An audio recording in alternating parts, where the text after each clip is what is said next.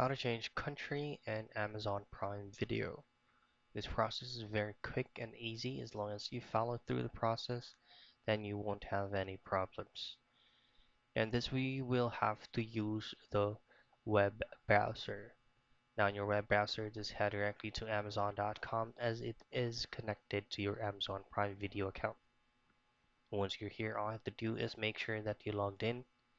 And then once you successfully logged in, just simply click on your current profile.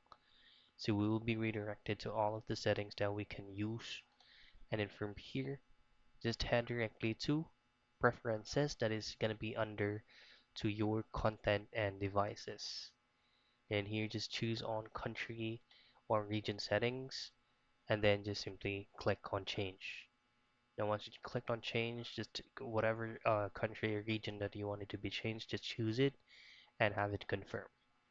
And that's it. That's how easy and quick you can change a country in Amazon Prime Video.